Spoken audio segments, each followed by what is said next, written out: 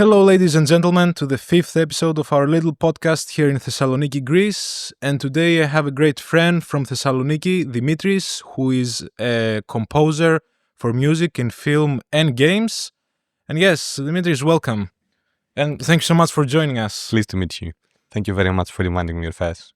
Yes, I would like first to ask you, what are you doing? If you can clue us in a little bit. Okay, as you said, my name is Dimitrios Astrantinis. I'm a composer and media composer and sound designer for games, film, and other media like TV and trailers and similar stuff. I live in Thessaloniki. I work as a freelancer, but also for a couple of companies. I also teach some lessons in the Metropolitan College of Thessaloniki. And I'm also one of the co-creators of the Thessaloniki film network group. That's where we met, actually.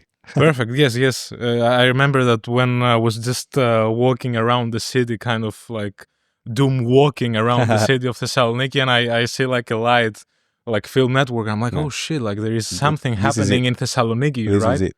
I will get back to that. We can talk a little bit about film network after that. But first I want to start a little bit about your journey. How did you start? And what sparked your curiosity for composing? If it was if it was like a child dream that you had, or you found out like in university? No, it wasn't a child dream or something like that. It came up to me in a rather indirect way. Right. I used to play music since I was quite young. Let's say I first involved in music around maybe 7-8 years old. I'm playing percussion with my dad's friends. They were playing like folk songs and stuff like that. Okay. And then, as many of my friends, they put me in a music school, like to start playing officially and formally. But I in the beginning I chose to focus on drums and performance and music theory. And composition came to me roughly a couple of years after I finished my bachelor's degree. Mm-hmm. It came off as a random thought, and I had a good friend who is a videographer, and he used to do like concept videos and videos for bands and stuff like that. And I said, you know what? I really like your style and your visuals. Do you think you can just lend me a couple of your videos and just let me try writing music for them? And he said, oh yeah, of course, take them. Just do whatever you want with them. And after that, I realized that, wow, I can actually do that properly and invest in that because I really, really enjoyed it. Okay, cool. So thanks God you met your friend to some capacity. Yes, exactly. Yes, also, I would like also to ask you about your educational background. Like, if you have studied like on a bachelor's, like, what did you study to help you like pursue this career of yours? My background is kind of mixed, I'd say. I come in my younger years, I used to study more in the classical background, like doing all the harmony and everything. Then my bachelor degree was it was focused on contemporary music, but more on the performance side. Mm-hmm. And during that, I chose to study a bit more on the theoretical style as well. I got accepted in the Academy of Contemporary Music, which is a branch of Middlesex University in England. Mm-hmm. And I was focused, or my main instrument was the drums. And we were focusing on contemporary music as in anything after 1920s and onwards, let's say jazz, blues, funk, disco, hip hop, pop, R&B, anything, Latin even. Okay. Anything. But there I came across Desmond Oliver, was the music theory teacher, and through him I got reconnected to my interest in music theory again. And I started getting involved in deeper levels of music theory understanding. And I realized that this side of things, apart from performing, is also quite interesting to me as well. So I kept that in mind. And when I finished the bachelor degree, I kept working mainly as a performer and as a writer, but not that much as a writer. And as I said earlier, a friend of mine gave me the opportunity to create music for a couple of his videos and said, okay, I can actually put my skills into this. And the way it works, it really works well with me, the way I work. So, okay, let's find this out. And after that, I realized that I can actually spend more time on this, like more education and more time practicing. And so I got accepted in the University of Corfu, where I studied music composition for film, theater, and performing arts. At Corfu here in Greece. Yes. Okay. And that was actually the time that I actually spent a lot of time into dissecting and realizing how much depth creating music for any kind of media was. And it was a very interesting time. It was about like a year and a half. I met wonderful people. I had the opportunity to meet Zoros Katris, which is a Greek French composer, and he helped me a lot. And he actually opened the doors for me into realizing my quote unquote Hollywood sound, and the biggest sound of media that we hear nowadays. And gave me a lot of tips. And still to this day, if I need anything, I actually call to him and say, okay, can you help me with that? Can you tell me what's your opinion about that? And okay, was he your teacher? Yeah, one of the teachers, yes. Okay. Yeah, Zoros Katris. Okay. He was also a student of composition in Corfu when he was in bachelor. Cool.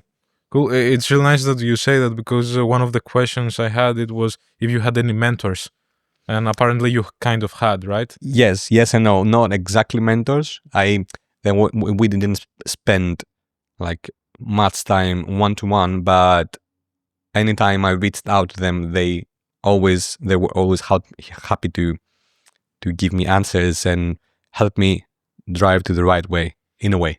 Yeah. I see that. So overall, you think that the university, both the bachelor's and the master's, was like a plus, like for your sake. Like Yes, it worked. Because I'm asking everyone who is coming like on the podcast, like what they believe about universities, and if they think that it's like a path that is viable, that is worth it. Because like in Greece it might be free, or it's minimum amount of money that you're gonna spend for tuition fees. But for England, I'm guessing that you paid like a couple of hundred of euros. Still to this day, anyone who asks me this question, I'm still kind of divided in the middle. I can understand the plus of the academic study, but I realize that it's not the answer to everything. It's not like a holy grail kind of thing. Right now, we live in a place in the age of information, and luckily, pretty much free information. So you can, if you want to spend time, you can actually study pretty much anything on your own to a pretty decent level. But that the thing I realized that the true potential of academic study is the concept. It's the geographical entity itself, that you are in a place with like-minded people that like the same things, and you get the opportunity to meet people that they do that for life. So whether you like them or not, whether you find your best friend or your best collaborator for life, or find no one, if you're gonna find somebody, it probably would be there. So the networking aspect of being in a place like that, I think that is the most important aspect of everything. Not the actual knowledge, but the fact that you are there with people that you can contact, speak to them, and ask them anything, and they can lead you to somewhere. Yeah, this is one of the most important thing about universities, that even if you don't reach out, you're gonna meet people, Exactly. and you're gonna be surrounded by people. Some you like, some you don't, but it's gonna be people doing that, Exactly. And if you're not in a university, you need to reach out much more. Like I had a few friends that they never studied and they do it on their own. Most of them they're director of photographies.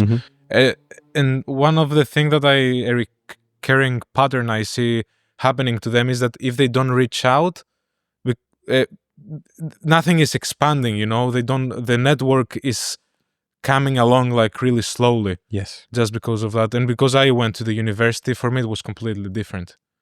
For me not too. that like I got a lot of contacts out of my classmates, but the university per se gave me contacts directly and indirectly. Yes. Yeah. Me too.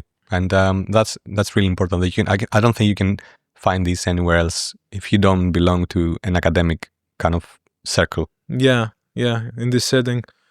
Right. Now, when it comes to education, I had this Dimitris question since I was a kid, actually. I never got to ask anyone. Like, when you're a composer, like, what type of education you need? Like, do you need to know classical theory of music like you do? Or, like, what is a necessity to be able to compose?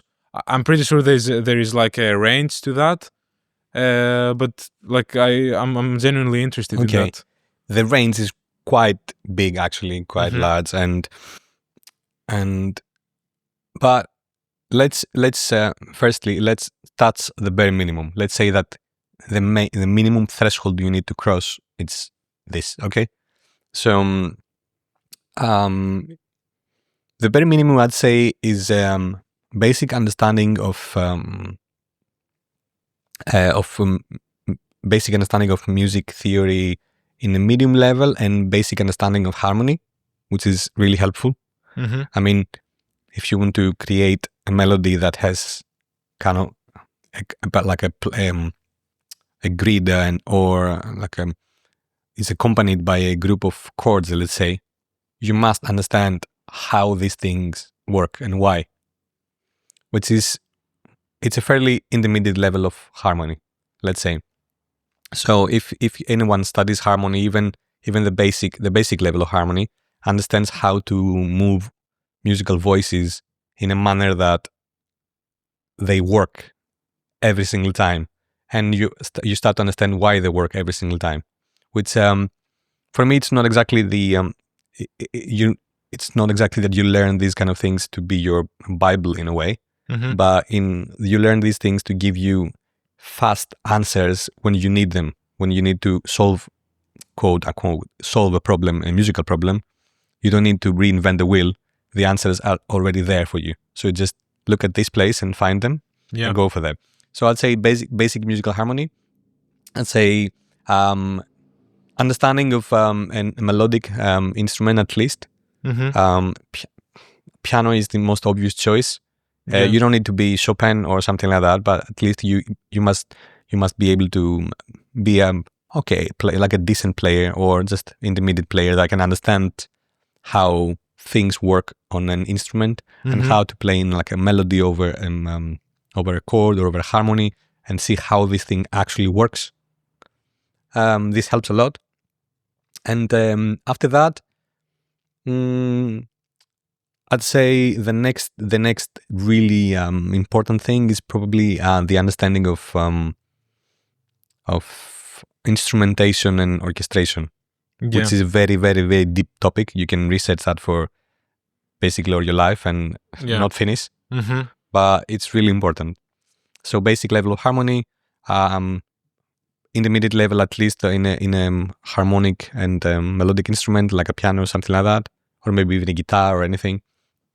And a good understanding of instrumentation and orchestration. Yeah, like layering, like instruments. Yeah, and understand how instruments, especially if you like orchestral works, you have to understand how each family of instruments and each instrument works and why, and how you can actually use them to get somewhere.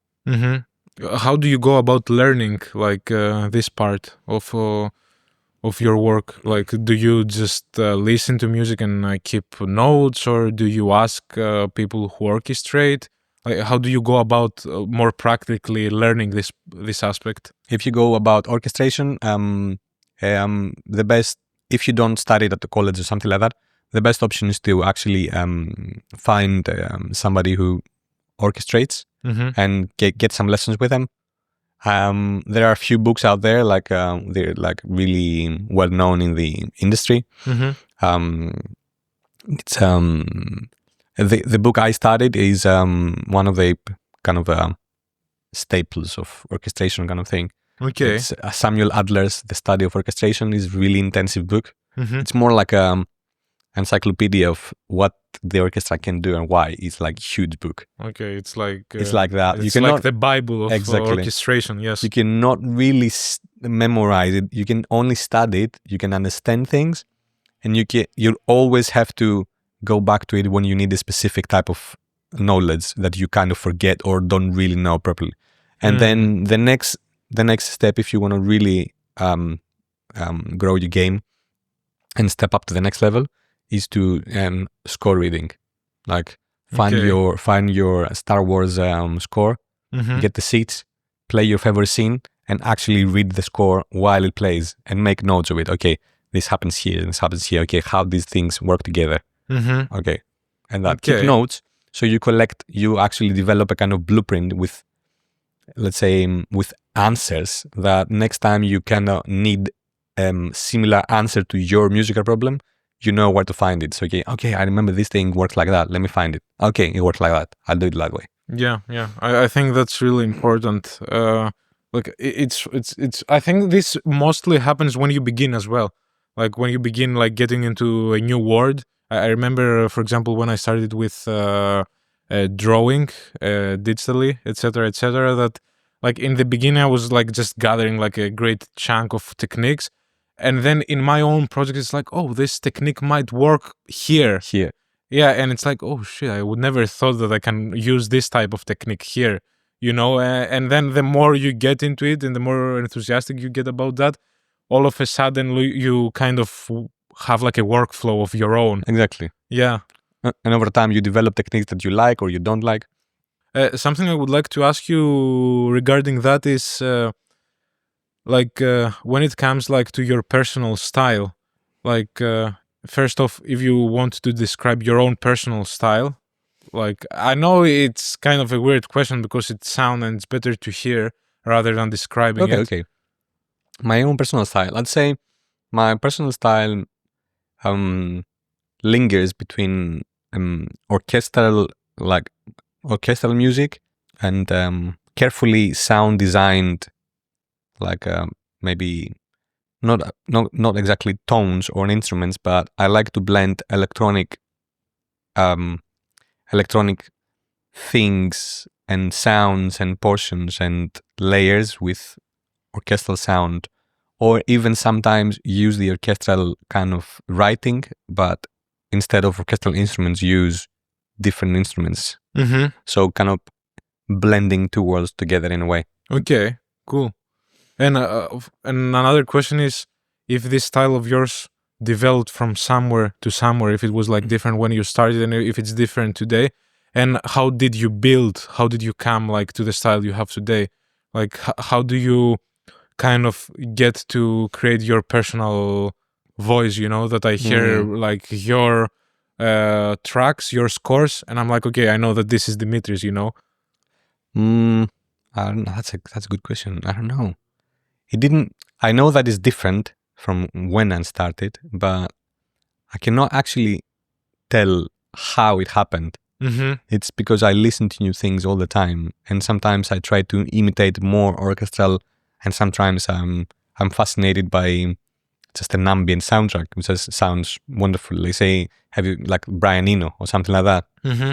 And then sometimes I try to learn from this and that and this and that, and in the way, I just tend to mix them together. I don't. It's not a conscious kind of choice. Yeah, I know. Yes. Yeah, I know from a personal. Don't get me wrong. I don't know the answers. If you ask me the same things, I would be like, "Oh shit!" Like I've never thought about that. Yeah, I don't know. Yeah. Because for example, for me, when I was because I was thinking always, I'm thinking about those questions about myself. Like for me, the closest thing I would say is pretty close to what you said. It's like it's kind of a natural process to be intrinsically intrigued by and curious by curious. Yeah, to have like this curiosity, and this curiosity kind of drives you to kind of propels you like to over time to develop. Yes. Unconsciously though. Unconsciously. That's the thing. You don't even get to Yes. it. And some point you just sound like you or look like you or, Yeah. direct like you. It's like, okay, I don't understand it, but it sounds like me. Yeah, exactly. It just happened. Right. I would like to ask you about your influences and a little bit about people that you look up to, like some people that some composers that you love, that it's like your go-to. Okay. Obviously, I'm gonna say the names that many of the composers out there say and respect. As I said, because my palette is kind of has like a hybrid range of music. I'd say that as a long time film enthusiast and fan, on the top priority, on the top list of sound virtuosity and orchestration is obviously John Williams. Mm-hmm. Which is like in my ears, to my ears, he's probably the best that ever appeared on screen in terms of complexity, musicality, innovation, and sound and orchestration. It's like truly unique, the thing that he does, which is really inspiring. Mm-hmm.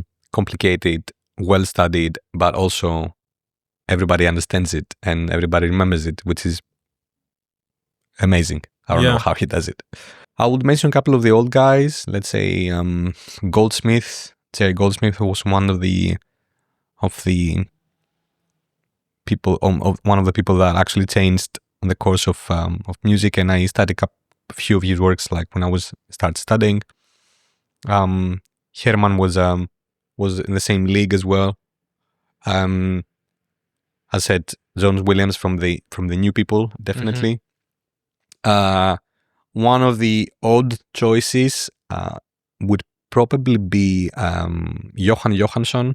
Okay. Which is an Icelandic composer. He's not alive anymore, unfortunately. And the way he used sound and the nature of sound in his works was truly, truly unique. He could make the picture come really alive, but in a very unique and personal way. Yeah. He's famous for Sicario, the first Sicario. Okay. He's also for the movie Arrival, which is an amazing soundtrack. He made okay. That's an amazing. I remember. I remember the soundtrack from this. Yeah, the soundtrack from Arrival. I think I've seen it like I don't know 2-3 years ago or whatever, and I remember it. Yeah, he's famous for that. Okay. He can create musical worlds with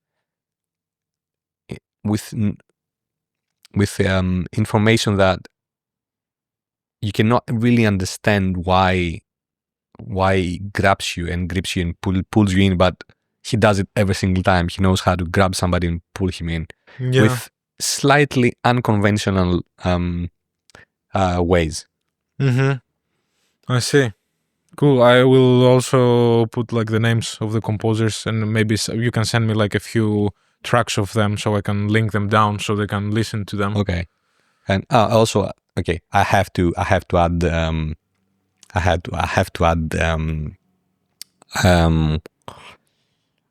I was about to say Howard Shore, which is the composer for Lord of the Rings. Okay. But I think I would go with John Powell. John Powell is the composer of the famous Holy Grail of music soundtrack. Okay. Which is the How to Train the Dragon. Okay. Yeah. Cool. Yeah, John Powell is one of the guys that changed the recent years in a profound way. Okay. In what way? In which way? The way you can use traditional thinking and traditional tools, but in a way write fresh music. Basically, now if you want to study film composing as a fresh, new, upcoming composer, you have to know John Powell, and especially his work in How to Train Your Dragon. It's like seminal. Okay, cool. When you leave, I will kind of listen to those people, because I like to listen to soundtracks and scores, but I never see like the names. Yeah. I know just the name of the of the score, but I never like check who created, for one reason. So now I have a list as well. Yeah.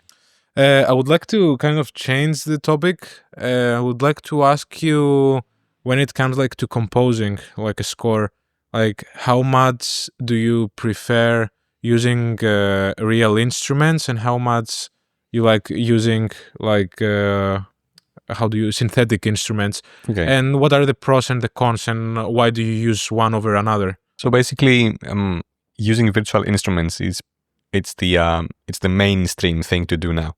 There are a lot of people they're still composing in let's say pen and paper, but in a digital form, in a music notation software, but they're still using pen and paper, notes on a digital paper in a way. But there are many people that actually never touch the paper now, especially like many. I think it's the biggest percentage of the upcoming composers.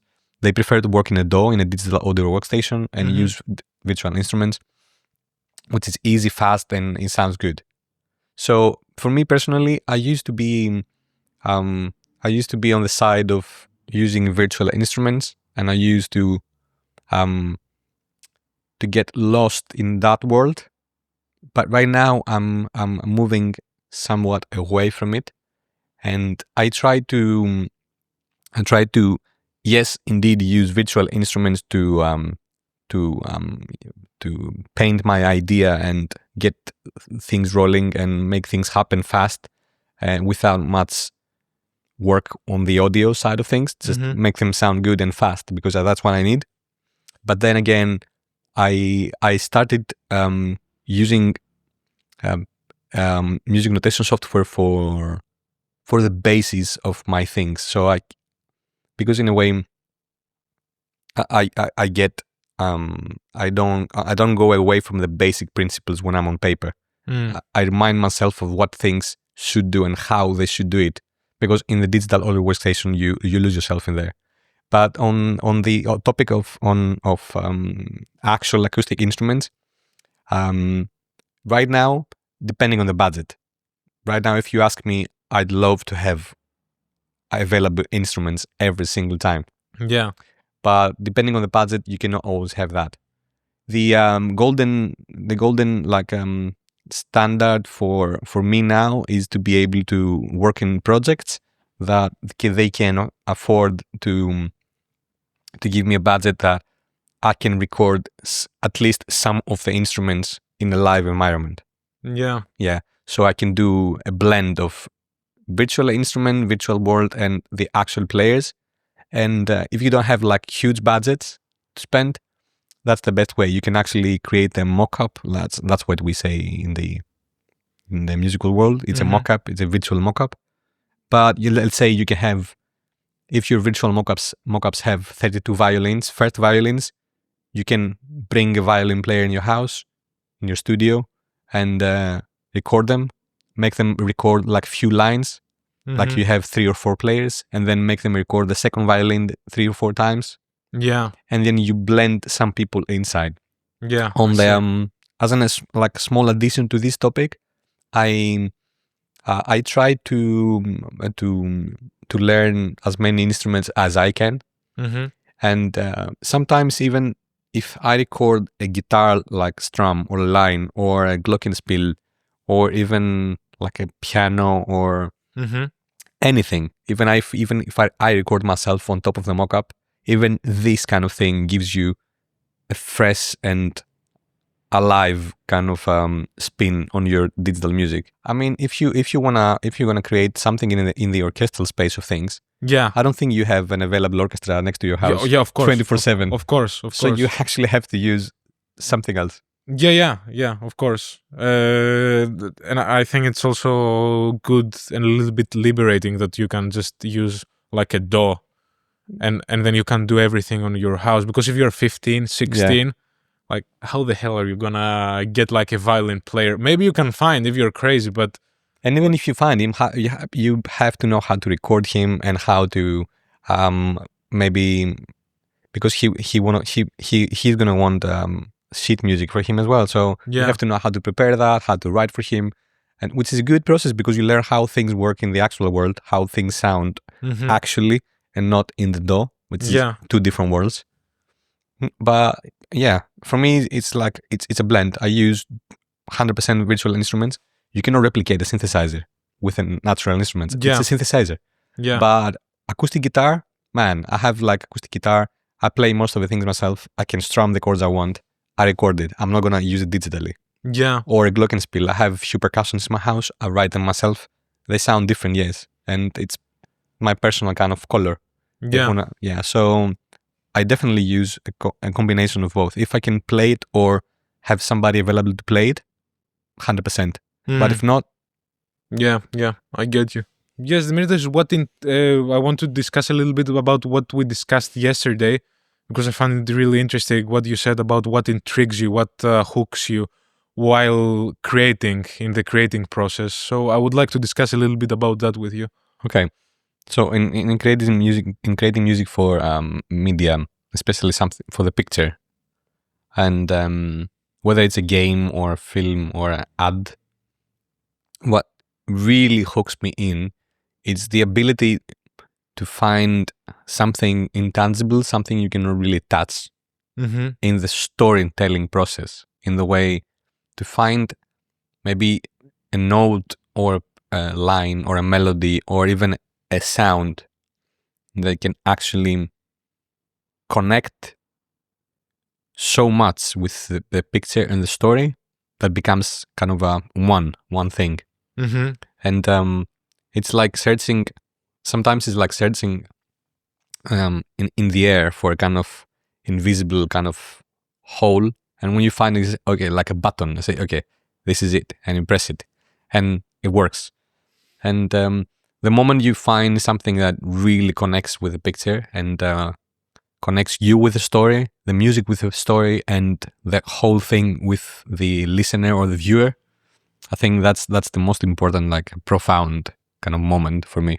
I get that. Oh, this is pretty similar to cinematography as well, because you're reading like the script and you don't know how it looks in your head. For me, it doesn't come straight up. Like I need to read it like a few times, and then I need to discuss a little bit with the director, and then slowly, like I kind of feel it, and it's like almost like not a puzzle. It's like a fog, but you know that in the fog, it's something. It's something. You can feel it, but once you touch it, you know it's exactly this.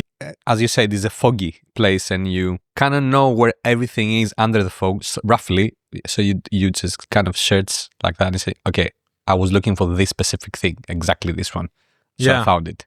Yeah, I know. That's really interesting how it works, because no one understands why. It just happens to some extent. Yeah.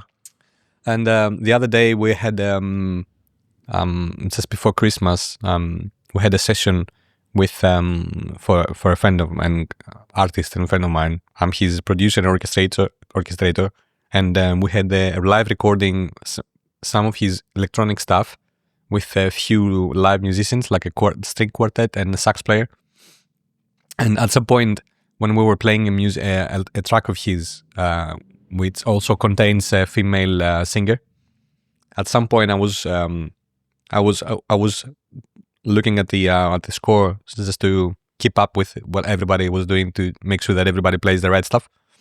And then I was sitting next to a friend of mine, like also a musician, and at the big kind of climax of the song, we looked at each other and we both understood what we meant, but we waited for the session to end, and we were like, okay. At the big peak point, we realized that the coming of sounds of notes we wrote on a piece of paper, and other people are there performing and bringing everything together. There is kind of special like energy connection to that thing, and when you witness it there's a point when you realize that this is exactly why we're doing this for. The moment of everything, when everything comes together and just works and goes like, Yeah. this is it. Yeah.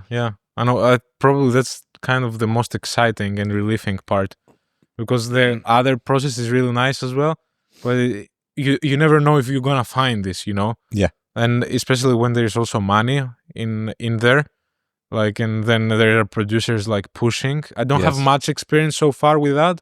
I have a little bit, but the few times we had like some producers like waiting for me to produce something, especially when I did like a virtual production back at Netherlands, that it was like the first time that I felt, okay, I have like a responsibility and there's like a whole team that they need like to get this out.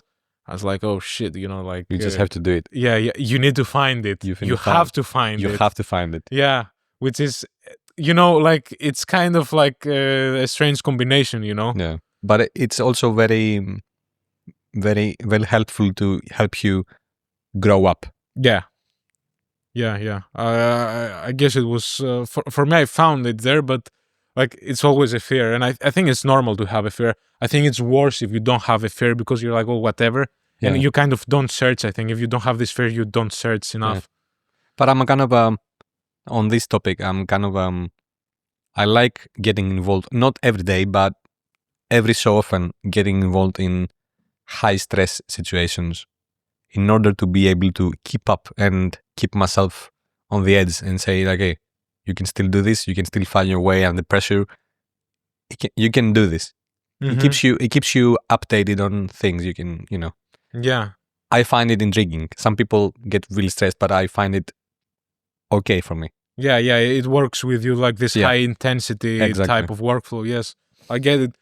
For me as well, I guess it depends also, like if the team is good, etc., etc. Like I think it's more factors for me than that, but for you as well. But like for me, if it's like really high intensity, and then something gets out of control, like that's a bad situation. Yeah, but I get what you're saying.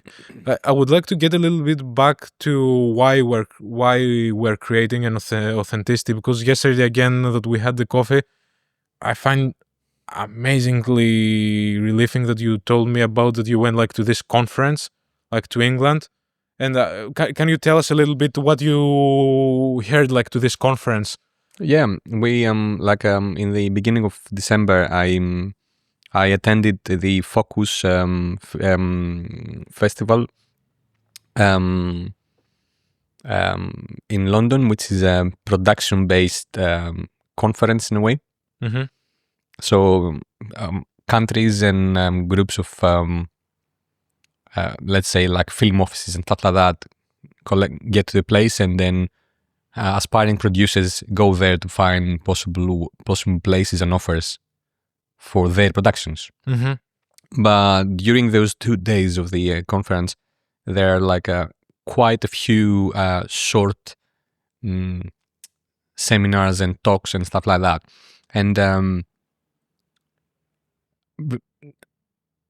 apart from couple of really, really technical talks, almost all of the rest shared one common kind of point, that in this age that the industry is moving now, it's really important for the creator to be able to create authentically, to be true to his own kind of vision. Yes, we can be influenced from other stuff. We can kind of imitate our favorite composer or favorite filmmaker. But in this day and age where everybody kind of tries to imitate somebody, but not get influenced, but blindly copy somebody's work. Mm-hmm. And with so much copied work out there every day in front of our phones and everything, everybody in this conference believed that in order to survive, the next steps for the upcoming creators should be pure authenticity to himself. Like, be yourself.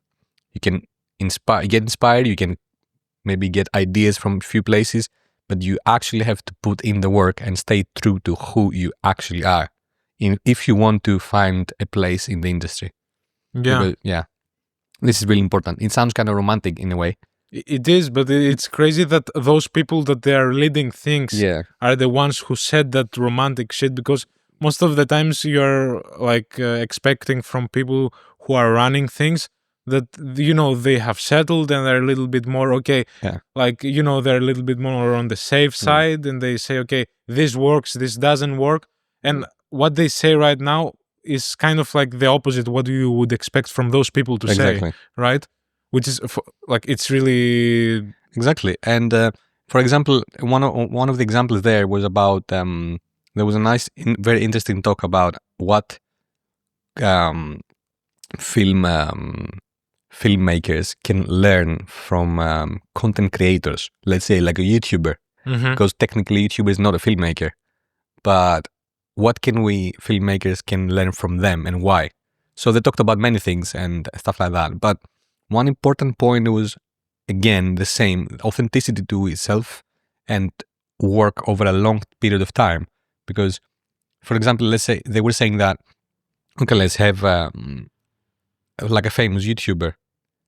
Nobody, first of all, he didn't become famous overnight. Most of the like big YouTubers now, they have over like 8-9 years of YouTube career out there with quality content, with personalized image and everything. It's a long time to be in the industry. Like 10 years is a long time. Yeah. And let's say, but if you want something like that, you're not gonna go to the guy who tries to be like that. You're gonna go to the guy who is that. Yeah.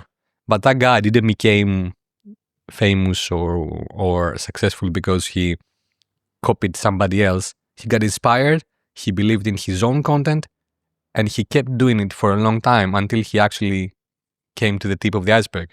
And that's it. You have to be yourself and keep doing it. Keep pushing.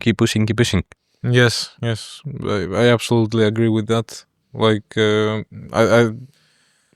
I think also I was talking with this producer in Norway.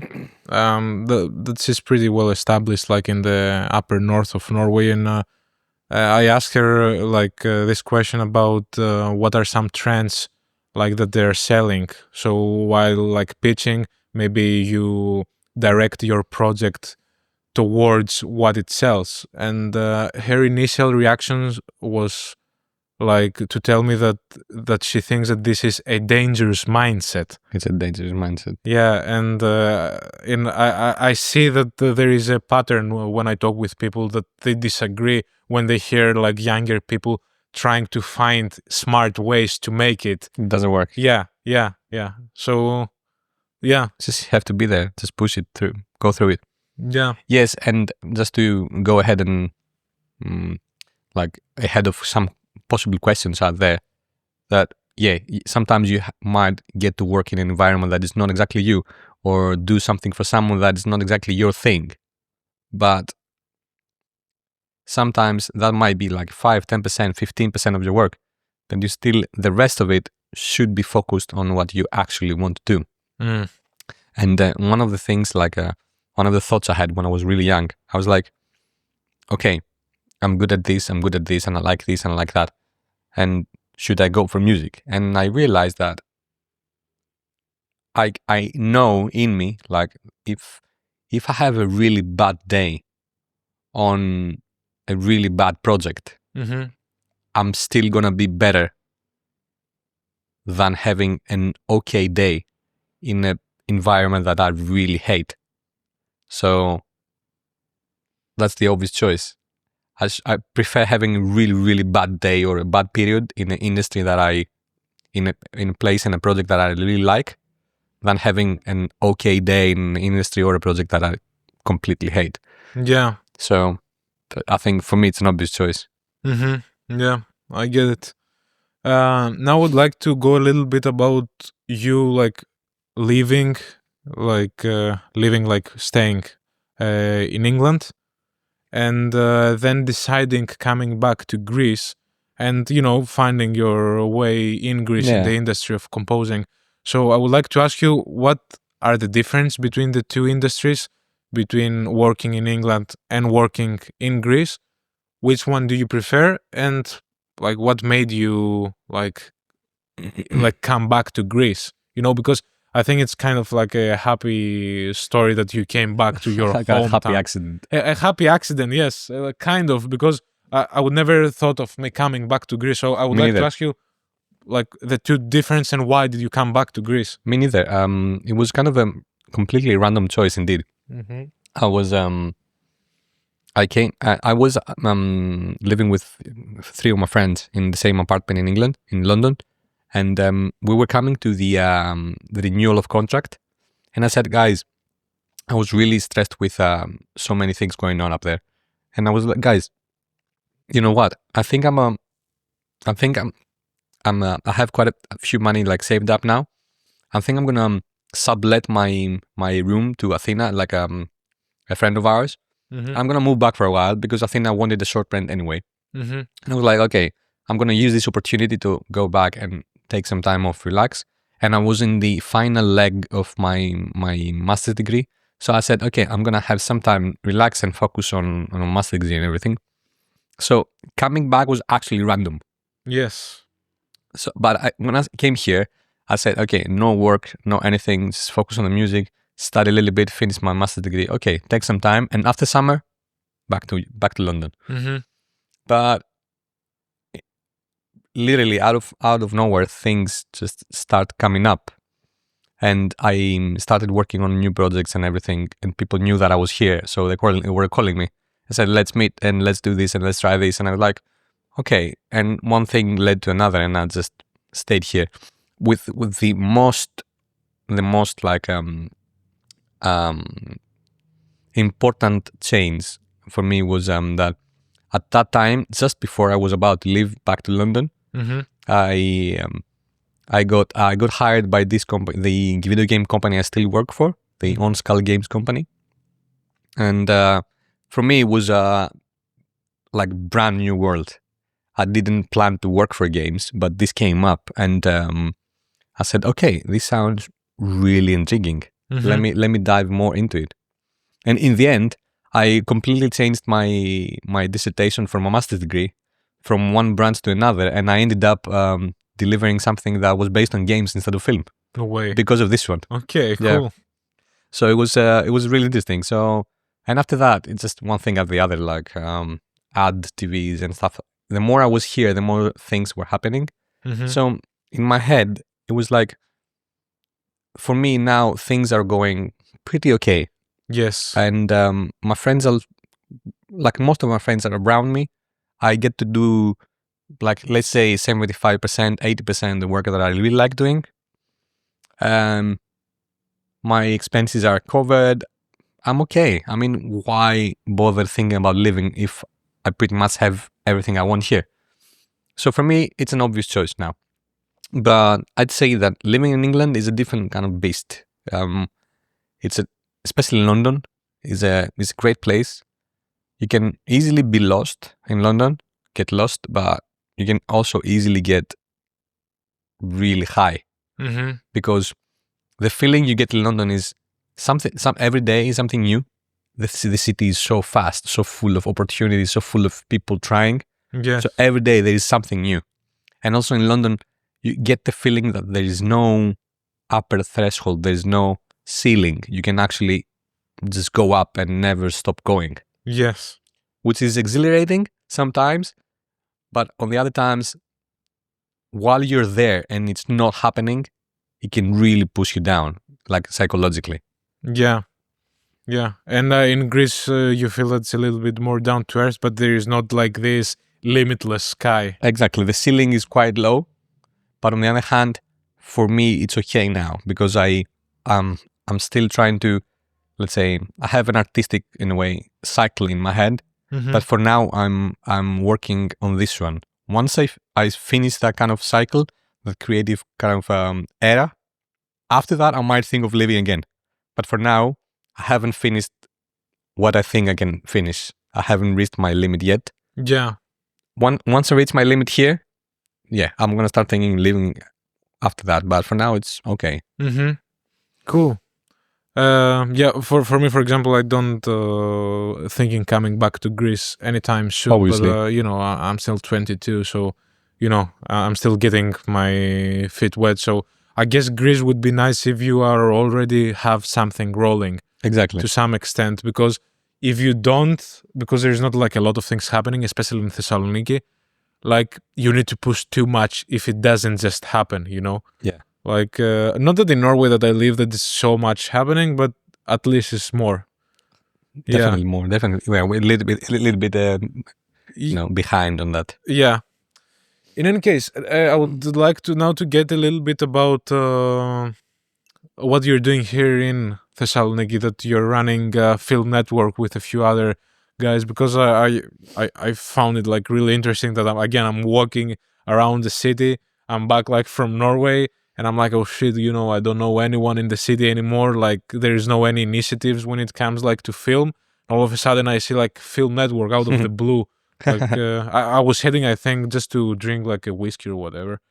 And then I see that and I'm like, okay, I go there, who cares about drinking now, Yeah. And I go there and I meet you guys, and I found it like really interesting that you have like a place that you can meet, etc., etc. So could I seen a little bit about Film Network? Yeah. So Film Network is an initiative here in Thessaloniki that tries to be kind of a hub of people, of coming together, of literally understanding and meeting as many people as we can within the industry, whether you're a grip or a director of photography or an actor or like a electrician or anybody. Anybody can be part of the network. Just be there and do a couple of the activities we have, meet other people, and physically meet all of us that were living here and somehow trying to do our best. Mm-hmm. So this idea came. The network now is run by Alex Raidis, which is also a fellow composer, Vangelis Anthimos, who is the director of photography and a director, and Giannis Thompson, who is a photographer and a DOP, and me. Everything started with Alex Raidis like 2 years ago, when we were in an event, like a social event down in the Thessaloniki International Film Festival, and realized that despite this event being an opportunity to meet people, it felt like nobody actually wanted to meet people, actually really be there and spend time networking. And we were like, okay, what's the point of being there all the time if nobody wants to be there, like actually meet people? So we had the idea saying, okay, how can we learn how many of us are here and what everybody's doing? How can we bring everybody together, more or less, and create a pool of people that somehow we can reach out to if we need something, but not just a name in a list, actual physical contact. I mean, meet you and having me decide if I can work with you or not. Mm-hmm. And then meet, let's say, Vasilis or Alex, and realize that, okay, I can really work with Alex. He might not be on the same level yet, but I can really work well with him. Yes. And the only way to actually achieve that is to be there and mingle with people in real time. So Film Networks does that, brings people together, gives them like small opportunities to maybe work together on small projects, and then just hang around in a safe environment and talk to each other and change ideas and form groups and stuff like that. Mm-hmm. Hopefully we can grow things more now. Mm-hmm. And maybe if we this year is our second year now, if we can grow a bit more, maybe we can also start collaborating with bigger kind of forces like the International Film Festival or the Film Office or stuff like that. We have some targets, but we're getting there slowly, but we're getting there. Yeah. Also, I think it's interesting here to say that you're also doing pitching, some pitching days. Yeah, we're doing pitching sessions to find new collaborators. We're doing small projects. We're also doing, we started doing a few seminars about specific things in the industry. Mm-hmm. And you had the first one 1 month ago, right? Or... Yeah, 1 month ago we did the production, and the pre-production, it was called the pre-production guidelines, and it was about what to expect when entering a production cycle, terminology, who does who, what's the process, what you're gonna find, how can you actually approach things, how you cannot approach things, Yeah. what you should do, what you shouldn't do, and be able to actually see real numbers of a big production, and just realize what's going on behind the scenes, and be kind of ready before you get there. I see. How did it go overall? Pretty well. Yeah, it was really nice. Okay, cool. It's a shame I couldn't join. I actually wanted to join because Yeah. I've met I don't remember his name. Dimitris Kabas. Yeah, Dimitris Kabas. I've met him at one of the events you had, and when I heard his name, I was like, I would like to Yes. to learn, especially from the Greek perspective, like how it works in Greece, or like how much it overlaps what a producer here in Greece, how they think, and how producers like outside of Greece they think. Because I had a few talks in Norway, so I would like to kind of double check with and compare. Compare like the different mentalities. Yeah. Because again, in Norway it's small type of industry, it's not like a big thing. So I wanted to see the difference, or it was really nice, really interesting, and I think like maybe 2.5 hours roughly were enough. Yeah, but maybe we can organize a different one near the summer, maybe. Cool. The challenges of entering the industry. So for example, you finish with your studies, and then all of a sudden you have like a plethora of choices, like you apply for jobs, etc., etc. Everyone stumbles upon like this reality when they finish with their studies.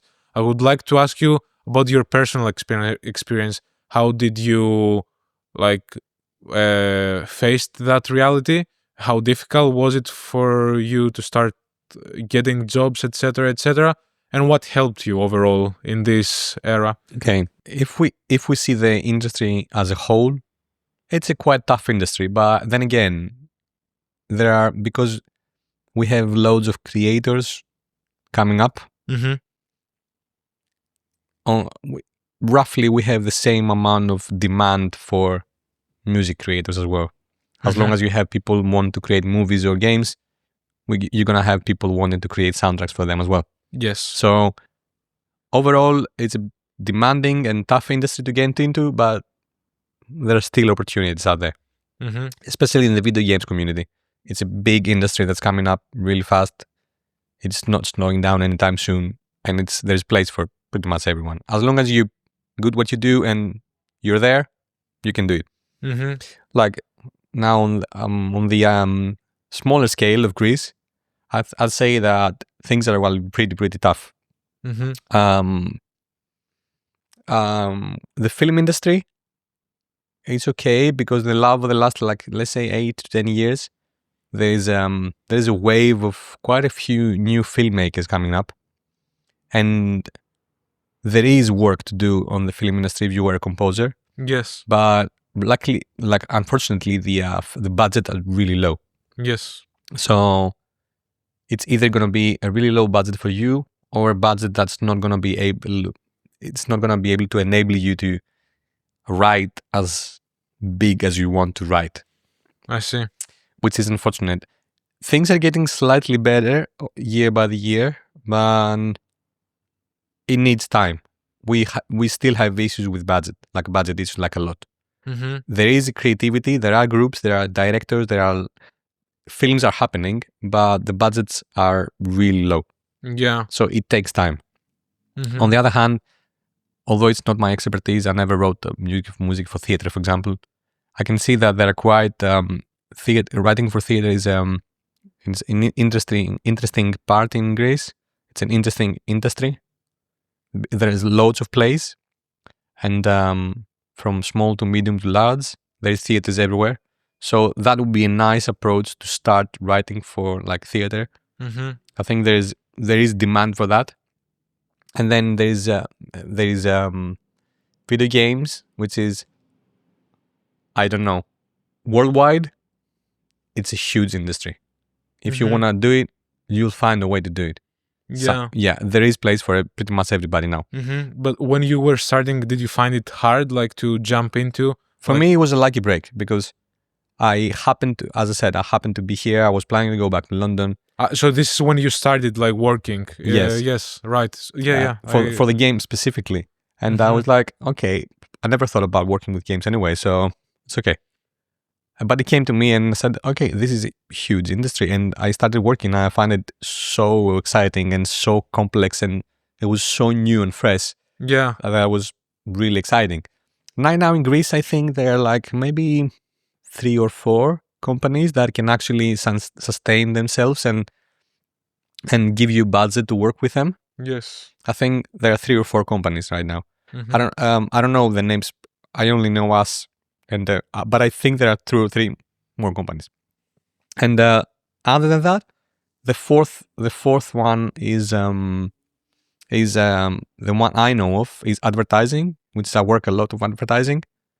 When I say a lot, in terms of, I mean, I might do like 3 or 4 like projects a year, which is, I think, for Greece standards is okay. Yeah. Was advertising? It's nice because it's always there. There's loads of opportunity, but it's really hard to get into. And once you get into it, it's really hard to stay there because it's very demanding, very fast paced, and quite tough to just stand the pressure. Yeah. It's really high pressure, and it's not always artistic work. Yeah. If you want to go for purely artistic work, maybe advertising is not for you, you know. Yeah. But those industries are not dead. They're quite hard in Greece right now. And new opportunities are coming up. But okay. But for advertising as well, I'd say specifically for games and advertising, there are loads of opportunities internationally as well. So even if you are in Greece, there is always chance you can connect with people outside and work with them. Yeah. So for these 2 specific industries, I keep the boundaries open. For film, you have to be there. Yeah. Unfortunately, or well, I don't know. Yeah. Yeah. But theater, 100%. But the rest, it's slow. Yeah. It's slow here, but you can also manage meeting people from outside Greece and still be living in Greece and do your thing. Yeah. Yeah. I get it. It's not that bleak. It's not that black and bleak. Yeah.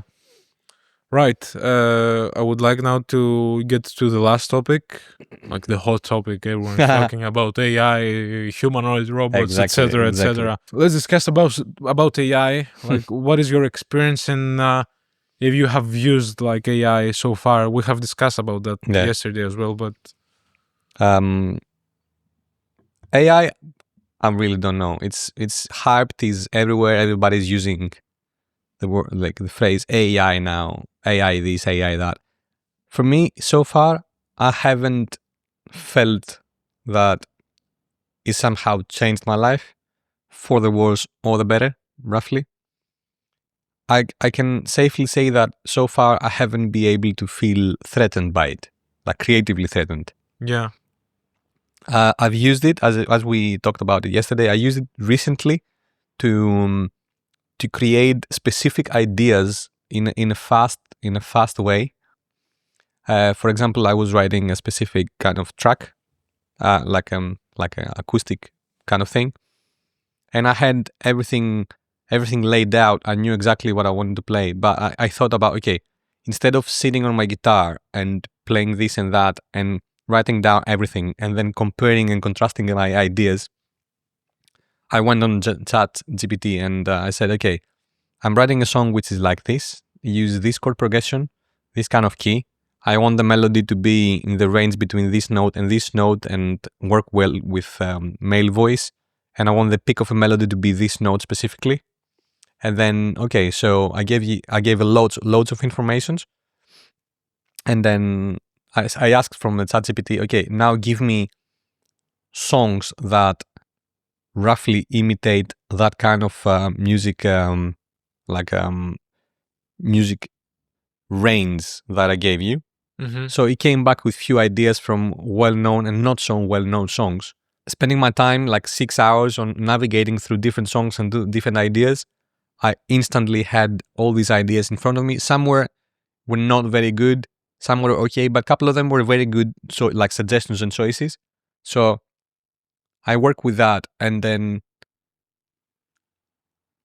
I had material in front of me to actually compare and contrast and choose from and move forward really fast. Instead of working for 6 hours and recording myself for 3 or 4 hours, I did that in maybe 1.5 hours. For me, it's a huge time saver. It didn't give me the solution to my problems in any way, but it actually helped me narrow down the available answers and choose which answers I actually preferred. But the only thing about that was like that you have to know exactly what you're asking, and you have to really know what the AI is answering in a way. Yeah. And what to choose from the answers in order to move forward fast and efficiently. Otherwise, it's just a random kind of feedback that you don't actually know if it's good or bad. On the other hand, I know about, you said as well that I know about different AI machines and modules that create music for you. And I haven't used any of them yet. So I just don't really know.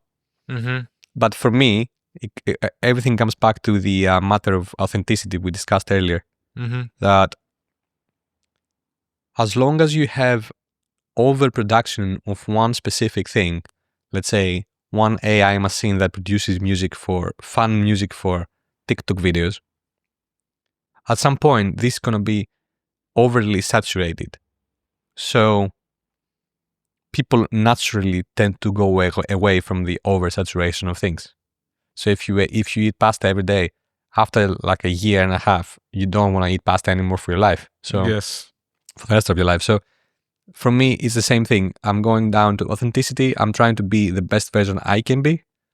And I'm hoping that what I do is going to be chosen by other people to go with their work. Yeah. That's my thing. I don't know about bad or good AI or androids taking over the world. I don't know. Yeah, I absolutely agree with you on that. Like for me, it's the same. Like I kind of don't care because I'm doing what I'm doing for a different reason. Like when it boils down to techniques, if we can integrate more of AI 100% into the pipeline, etc., bring it on. It's a tool. It's just an assistance. That's it. Yeah, bring it on. But like, if AI is gonna take over my job, it's like it's gonna take over of what exactly? No. Like creating I cannot think how it can create the human factor. You know, the reason why we're doing it. I think AI cannot take over of that thing. So I don't think there is a reason for the industry to go towards that direction, you know? Okay, some parts of the industry, yes. If you are like, let's say, an upcoming YouTuber and you don't have the budget to spend on me or you, okay, I'll go to a website, I buy something which costs like $10. I use a Squeaker on my video, done. But then again, is this the industry I want to work with? Maybe not. So again, it doesn't affect me. Yeah, exactly. I mean, now we're just speculating. We don't know what is actually going to happen. Yeah, 100%. But I don't feel threatened. I don't feel it's a manic episode that we have to somehow contain. I don't know. Yeah, absolutely. Especially like both for cinematography and for composing music. Yeah. I think yet not. But maybe for people who are into graphic design and who are making logos, it may be there. Maybe, but then again, I think the people who are doing it at a lower level are gonna find it much harder to find jobs. Yeah, I believe that. Yeah, because like it's gonna be much faster and cheaper on the same level, or maybe 100%. much better, like to have it from an AI. But above the intermediate level, we don't take in consideration the as I said, the human factor in a way that from intermediate level and above, human creators want to work with human creators. Yeah. So if you get along with somebody and you work with somebody really well and you collaborate in a very nice and efficient manner, everybody wants to keep working with you. Yeah. That's not going to change. So I find it really difficult. Let's say there's no way Scorsese, for example, would hire an AI to write music. There's no way. Yeah. No way. Yeah, absolutely. Not only Scorsese, everyone, like in Hollywood, I don't like Anybody. for the people who are already established and they, they have like their creative endeavor like going. Yeah. Like even with Lanthimos, could you even imagine like Lanthimos No. like trying his sets, like having like everything created by AI? Like there is no way. Like it's also this thing that we don't care about. People when they ask this question, they don't consider that creators, they care about the in between while we are creating. Exactly. This is why we're doing it to a great. There is a great importance to the in between, while we're creating, to the process, to the actual process. creation process. Yeah, and I think AI. Not I think AI cannot take care of that. I mean, if you want to be creator, that would be would you wouldn't actually be creating or feeling good about creating if you just press one button and everything is ready. Your movie is already made. Okay, 3 seconds. That's it. Nice. Let's ship it to the festivals. What? No. Yeah, but who cares? Yeah, who cares? Yeah, because you don't go through the process of, because through the process you're also growing as a person. Exactly. Like, and if you don't go through this process, I think you're gonna stuck in time. Yeah, you're gonna be feeling stuck, and you're gonna be spiritually in your mind, like in your skills, you're gonna be the same thing. So in the end, you're gonna be just sad because you feel stuck and uncreative and just empty. Yeah, and you're not gonna use AI at the end because who cares about watching a movie at the end as well? You're gonna be like, okay, whatever, Anyways, that's it, Dimitris. Thanks so much for joining us today. Thank you very much for inviting me. Yeah, and guys, thank you so much for watching today, and see you next time.